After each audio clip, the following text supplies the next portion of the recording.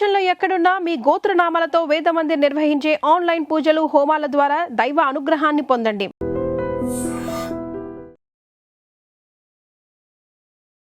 నమస్కారం, welcome to iDream. ధర్మ మార్గం విత్ విజిత కార్యక్రమానికి స్వాగతం.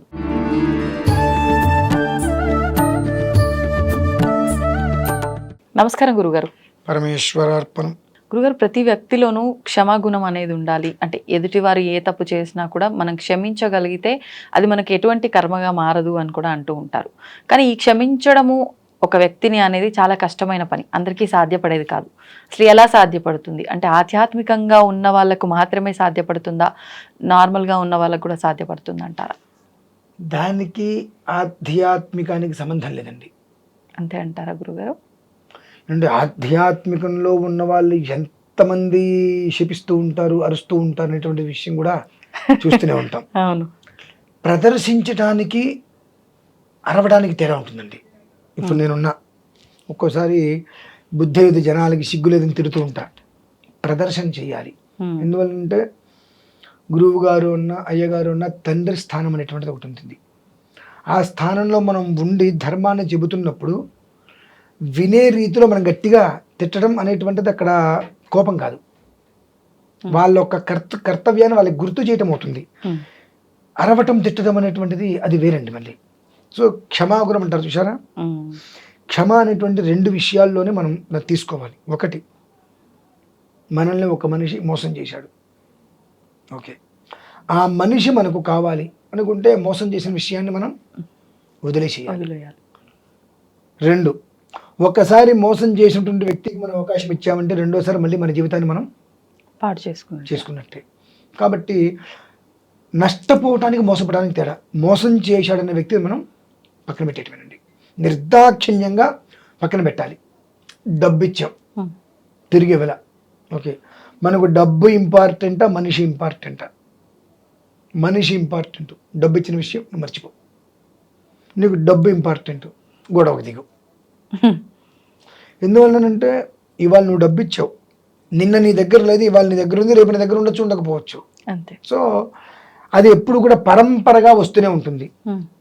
అవతల వ్యక్తి నీ యందు ఎలా ఉన్నాడు అనేటువంటి విషయాన్ని కూడా ధృవీకరణగా మనం తీసుకోగలగాలి. క్షమించటము అనే అంటే ఏముందే క్షమించేసి అంటాం వేరు, నాలుగు చివరిగా వస్తుందండి, అది వేరు. కానీ పశ్చాత్తాపం పూర్వతాపం రెండు ఉంటాయి. ముందు ఎలా ఉన్నాడు, తర్వాత ఎలా ఉన్నాడు అనేటువంటి విషయాన్ని గ్రహించి, ఆహా అతనికి డబ్బు అవసరమైంది, లేదంటే మనతో ఏదో అవసరమైంది, ఇలా ఉన్నాడు, ఓకే, తర్వాత ఇలా ఉన్నాడు, ఆ రెండిట్లకి కూడా వ్యత్యాసం మనం గ్రహించగలగాలి. రాత్రికి రాత్రి పొగలకు పొగలు ఎలా అయితే ఉంటుందో మనిషిలో వ్యత్యాసం ఉంటుందండి. ఆ వ్యత్యాసాన్ని మనం గమనించగలగాలి. గమనించి ఓకే, మనకు ఇవాళ మనం ఏదో ఉపకారం చేసాం, రేపు ఉదయం మనకు ఉపకారం ఉంటుందా ఉండదా? ఉండదు, పర్లేదు. ఉపకారం చేయడానికి మనం సిద్ధమేగా, ఓకే, అటువంటిప్పుడు వదిలేసి అన్ని విషయాలు కాదు. వేరే మనిషికి అవతల నుంచి వాళ్ళు ఉపకారం చేస్తున్నారు, కానీ మనం ఉపకారం చేసేందుకు మనకు అయితే ఎలాంటి ఉపకారం చేయట్లేదు వాళ్ళు. అటువంటి వ్యక్తి రెండు నాలికల మనిషి, రెండు ద్విస్వభావం అంటారు, స్వభావం గల మనిషి, ఓకే. ఆ రెండు స్వభావాలు కలిగిన మనిషితో మనకు ఎప్పటికైనా ప్రమాదమే. లైట్గా పక్కన పెట్టేసేసుకోవటం. పక్కన పెట్టడానికి క్షమించడానికి తేడా ఉంటుందండి. ఎన్ని తప్పులైనా చెయ్యి, నీకు ఆ మనిషి కావాలనుకుంటే అన్నీ వదిలేసి, అది చాలా గొప్పతనం అండి. అది అందరికీ చేతనైనటువంటిది కాదు. ఎందువల్లనంటే ప్రతి మనిషికి కూడా ఒక ఆలోచన ఉంటుంది. నాకు నేను ఏం చేస్తున్నాను అనేటువంటి విషయం పక్కన పెడితే నాకేంటి అనేటువంటి విషయం ఆలోచన చేస్తారు. ఈ ఆలోచన పలు రకాలుగా వెళ్ళినప్పుడు, ఆహా ఓకే, వీళ్ళు ఇలా ఉన్నారు, వాళ్ళు ఎలా ఉన్నారు, ఈ కంపేర్ చేసుకోవడం మొదలు పెట్టినప్పుడు మొత్తం నెగిటివ్ వచ్చేస్తుందండి. ఎవరు ఎలా ఉంటే నీకెందుకు, నువ్వు ఎలా ఉన్నావు అనేటువంటిది ఒక్కటి నువ్వు పెట్టుకున్నావు అనుకో, ఆటోమేటిక్గా ఎంతటి పెద్ద సమస్య అయినా నువ్వు వదిలేయగలుగుతావు దాన్ని. అది రావడం అనేటువంటిది మనిషికి స్వతహాగా కష్టం, సాధన ఉండాలి దానికి. సాధన అంటే ఎట్లా, చిన్నదైనా సరే ఏదైనప్పటికీ కూడా వచ్చిందా, ఓకే, అక్కడ ఉండని, పోయిందా, పర్లేదు పోని అనేటువంటిది నువ్వు అలవాటు చేసుకోవాలి. ఏదైనా నీ అలవాటు చేసుకున్న దాన్ని బట్టి నీకు నువ్వు దాన్ని సాధించగలుగుతావు. చిన్నప్పుడు నడవలేంగా, తర్వాత కొంచెం లేచి అది పెట్టుకుని ఇది పెట్టుకుని అలవాటు చేసుకుంటాం.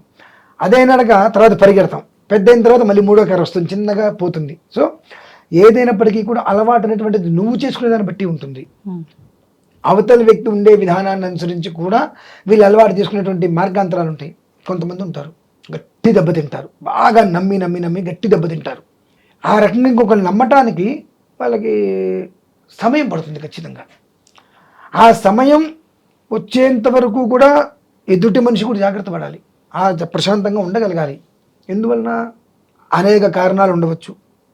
ఏం జరిగిందో ఏ కారణము అనేటువంటి విషయాన్ని తీసుకొని ఓకే ఆల్ ద బెస్ట్ అని చెప్పగలిగితే, ముఖం మీద చిరునవ్వు అనేటువంటిది ఉంటే ఆటోమేటిక్గా జీవితం అనేటువంటి ఏ విధంగా వెళ్తుంది. కానీ కొంతమంది ఉంటారు చాలా ప్రేమగా మాట్లాడతారు, నా తేనె పూసిన కత్తి అంటారు, చాలా ప్రేమగా మాట్లాడతారు. అయ్యో అసలు మీరు లేదా మన లేదండి అంటుంటారు. అవసరానికి తగ్గట్టుగా వాళ్ళ అవసరానికి 100 ఫోన్లు చేస్తారు. అవసరం తీరిన తర్వాత మనం ఏదైనా అవసరమైన ఫోన్ చేస్తే ఇక్కడున్న అక్కడున్న అని చెప్తుంటారు. వాళ్ళకి రెండో అవకాశం మనం ఇవ్వకూడదండి. రెండో అవకాశం మనం ఇవ్వకూడదు. ఎందువల్లనంటే జన్మతహాగా వాళ్ళ తత్వం వాళ్ళు మార్చుకోరు, వాళ్ళు అలానే ఉంటారు. అటువంటి వాళ్ళకి రెండో అవకాశం మనం ఇచ్చాము అంటే మన నెత్తి మీద కత్తి కూడా లేకుండా మళ్ళీ మొలవడానికి అవకాశం లేకుండా గుడి చేయించుకున్నట్టే. అటువంటి వాళ్ళు కొంతమంది ఉంటారు. వాళ్ళు మనం ఎలా గమనించాలి అంటే, మనం వాళ్ళకి ఏదైనా ఉపకారం చేస్తాం కదా, మన అవసరానికి వాళ్ళు చేతులు ఎత్తేసారా, చేతులు కలిపారా, నిజమైన వాళ్ళకి అవకాశం లేకపోవచ్చు అండి, ప్రయత్నం చేయొచ్చుగా. మీరు నాకు ఏదైనా ఉపకారం చేశారు, మీకు ఏదో అవసరమైంది, మీరు నన్ను అడిగారు, నేను చేతులు ఎత్తకూడదు, ప్రయత్నం చేస్తానని చెప్పి నేను చేయగలిగిన ప్రయత్నం చేయగలిగితే మీరు మీరు కావాల్సిన ఉపకారంలో 1% అయినా ప్రయత్నం చేస్తే ఫోన్లే అనుకోవచ్చు. నా దగ్గర నాకు అవకాశం లేదు, నేను ఏదో చూస్తానని చెప్పి ఫోన్ పెట్టేసి రెండోసారి ఎత్తనప్పుడు లైఫ్లో నాకు మీరు మళ్ళీ కాల్ చేయకూడదు. ఎందువల్లనంటే ఆ మనిషి తత్వం అంతే. ఆ మనిషికి అవసరమైతే మాట్లాడేటువంటి మాటలు చాలా తీయగా ఉంటాయి. మ్యానిపులేట్ చేయటం చూసారండి, అంటే అవసరం నాదైనప్పటికీ కూడా మీది అవసరంగా సృష్టించి నాకు కావాల్సినప్పుడు మీ చేతి చేయించుకోవడం. ఇది కొంతమంది ఉంటారు నేర్పరి మనుషులు, చాలా అద్భుతంగా ఉంటుంటారు. అటువంటి వాళ్ళతో మనం ఎంత జాగ్రత్తగా ఉంటే అంత. 2 జీవితంలో బాగా గుర్తుపెట్టుకోవాల్సింది స్ట్రైట్ ఫార్వర్డ్ ఉండాలంటారా. ఉన్న వాళ్ళని మనం ఎప్పుడు నమ్మచ్చంట. ఎందుకంటే ఎదురుగుండా ఏదైనా కోపం సరిచేశారనుకోండి, జన్మాంతరం వాళ్ళని నమ్మచ్చు. మన ఎదురుగుండా ఎప్పుడైతే మనల్ని పొగుడుతారో, నీ అంతటి వాళ్ళు లేడా, నువ్వు తలుచుకుంటే ఎంత అంటారు, మన వెనకాల ప్రతి క్షణం మనం గోతులు తీస్తున్నట్టే. ప్రత్యక్షే ప్రియవక్తారం, పరోక్షే కార్యనాశనం. ముఖం మీద మనల్ని పొగిడేవాడు మన వెనకాల మన గురించి 10 మందికి నెగిటివ్గా చాటింపేస్తూనే ఉంటాడు. కాబట్టి మన ముఖం మీద పొగిడేవాడితో మనం చాలా జాగ్రత్తగా ఉండు, వాడితో చలిమంటలాగా ఉండగలిగితే మనం బాగుంటాం. కాబట్టి క్షమించడం అనేటువంటిది స్వతహాగా ఆధ్యాత్మికతకి సంబంధం లేని విషయం. మనకు మనం నేర్చుకోవాలి, ఇంకొక విషయం చెప్పంటారండి, క్షమించటము అంటే అవతల వ్యక్తి మరణించటమే. ఏ రకంగా అంటే క్షమించటము అంటే ఇప్పుడు నన్ను ఒక మనిషి బాగా టార్చర్ పెట్టేశాడు, తట్టుకోలేకపోయా, నాకు అతని గురించి ప్రతిక్షణం ఆలోచిస్తున్నా. అతని గురించి నేను ఆలోచించినంతసేపు అతనికి ఏదో ఒక రకంగా మంచి జరుగుతూనే ఉంటుంది. అంటే నేను కోపంగా అతని గురించి అనుకుంటుంటాగా మంచి జరుగుతుందా చెప్తున్నా. నన్ను ఒక మనిషి ఇబ్బంది పెట్టాడు, నా అవసరం పొంది నాకు అవసరం వచ్చేటప్పటికి ఇబ్బంది పెట్టాడు ఏదో. నేను అతని గురించి తలుచుకుంటున్నంతసేపు అతనికి ప్రాబ్లమ్స్ రావు. ఎందువల్లంటే అతని గురించి నేను తలుచుకుంటున్నా. నేను నా పూజ చేసుకుంటే ఏం చేసుకుంటే ప్రతిక్షణం అతని గురించి నేను తలుచుకుంటున్నా. నన్ను ఇలా చేశాడు అని తలుచుకుంటున్నా. సో ఈ తలుచుకుంటున్నంతసేపు అతని గురించి మనం ఆలోచిస్తున్నట్టే. ఎప్పుడైతే ఇక ఆ మనిషితో మనకి వద్దు, ఆ క్షమాగుణంలో రెండు రకాలు. మొదటి రకం, ఆ మనిషితో మనకి వద్దు, ఇంకా అతను ఉన్నా పోయినా మనకు సంబంధం లేదు, ఈ క్షణంతో అతనితో నేను వదిలేశాను, అతను చేసిన తప్పుల్ని క్షమించి వదిలేశా అని అతని గురించి ఇక తలుచుకోకుండా ఉంటుంది చూసాను, ఆ రోజు నుంచి అతని కష్టాలు మొదలవుతాయి. అది ఒక విధానం. అలా కాకుండా నాకు ఆ మనిషి కావాలి, అతను చేసిన తప్పుల్ని క్షమించేసా అని చెప్పి ఆ దగ్గరకు తీసుకున్న మనిషిని గత వదిలేసే, ఎవరేం చెప్పారు, ఎందుకు జరిగిందో అయిపోయింది, దాని గురించి మనకు వద్దుగా, మన జర్నీ మనం చేద్దాం మళ్ళీ అనుకోవడం రెండో విషయం. కాబట్టి రెండోది ఎప్పుడు నేను శ్రేయస్గా కోరుకుంటా. మొదటిది కూడా నేను ఒకసారి చేసే అదే పని, వాళ్ళ ఆ పడ్డటువంటి నరకాన్ని నేను చూసా. కాబట్టి రెండోది ఏమిటి అంటే, మనం ఎప్పుడైతే ఆ మనిషి ఉన్నా పోయినా మనకు సంబంధం లేదు, మనం ఉపకారంగా ఉన్నాం తప్ప మనకు ఎలాంటి ఉపకారం లేనప్పుడు ఆ మనిషితో మనకు సంబంధం లేదు, తుచ్చం మనం వదిలేసినప్పుడు ఆ మనిషి చనిపోయిన సమానం. ఇలా మనిషి పడేటువంటి కష్టాలు అప్పటి వరకు ఈ బలం అనేటువంటిది ఏదైతే ఉంటుందో ఆ బలం పోతుందండి. అప్పటి నుంచి ఆ మనిషికి పడేటువంటి వర్ణనాతీతం కష్టాలు అదొకటైతే. 2 క్షమించేసా, అయిపోయింది. తప్పు జరిగిందని చెప్పేసావు కదా, ఇక్కడ వదిలేసే ఆ విషయాన్ని. ఇక ఆ విషయాన్ని మళ్ళీ మన ఇద్దరి మధ్యన ప్రస్తావన రావద్దు, ఆ విషయం వదిలే. మునుపట్లుగా హ్యాపీగా ఉంది. మళ్ళీ ఆ విషయం గురించి మనం ప్రస్తావన తీసుకొస్తున్నామంటే ఒకళ్ళ మీద ఒకరికి ఎక్కడో ఏదో చిన్నది ఉంది, అది లేదంటే వదిలేసేయండి. ఆ మనిషి కావాలి నాకు అనుకుంటే డబ్బైనా సమస్యనా వదిలేయాలి. నాకు మనిషి అవసరం లేదు, నాకు ఆ డబ్బో వస్తువో పదార్థమో కావాలనుకుంటే క్షమించాల్సిన అవసరం లేదు, సాధించడే అది విషయం. ధన్యవాదాలు గురుగారు. పరమేశ్వర అర్పణం. And for more videos, Please subscribe to iDream channel. Subscribe to iDream Media. Please subscribe to iDream. Please subscribe to iDream. Please subscribe iDream. And please subscribe to iDream. For more videos, subscribe to iDream. please like, share and subscribe to the channel. Congratulations, iDream. Subscribe to iDream. Subscribe to iDream. So subscribe to iDream Media. iDream team అందరికి huge congratulations. Please subscribe iDream Media. Please subscribe to iDream.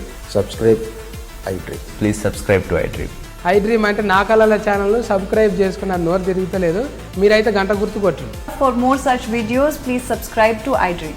Subscribe to iDream. Please subscribe to iDream. Please subscribe iDream Media. Please do subscribe to iDream. Please subscribe to iDream Media. For best entertainment and information, please subscribe iDream. And don't forget to subscribe to iDream.